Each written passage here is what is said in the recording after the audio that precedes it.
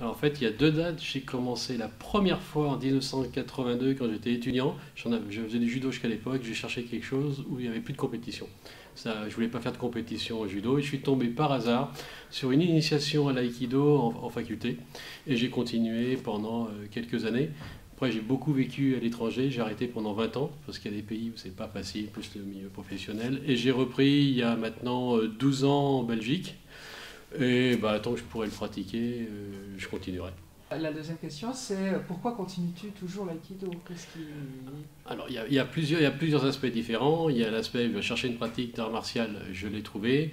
Et il y a aussi tout ce qu'il y a autour. Il y a ça, avec l'aïkido, on rééduque son corps. J'ai très souvent mal au dos, par exemple, et je me tiens pas de la même façon, je lève plus les choses de la même façon. Donc, il y a tout un travail sur le corps. Il y a aussi, on va dire, une certaine sérénité pour se calmer. Et puis, on va dire, après, il y a l'aspect culturel. Je ne serais jamais intéressé de la médecine chinoise et des choses comme ça sans l'aïkido. Et le milieu dans lequel on évolue, le groupe social autour de l'aïkido est assez particulier et c'est un milieu dans lequel je me sens très bien. Ah, ça c'est vrai. Et alors, quand tu es sur le tatami, qu'est-ce que tu cherches en particulier? Alors, pas à transpirer, ça c'est plus, c'est plus de mon âge. Non, non, on va dire, dans la pratique régulière de la semaine, on va faire un cours d'aïkido, on va dire le soir après une journée où on est peut-être bien stressé. C'est qu'il y a un bon moyen de se recentrer, de se détendre, de faire le vide.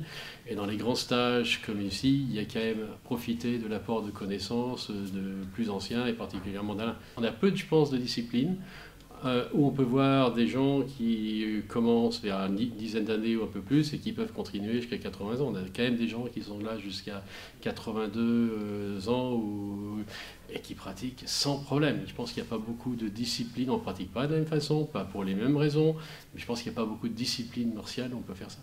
Donc c'est quand même assez fabuleux.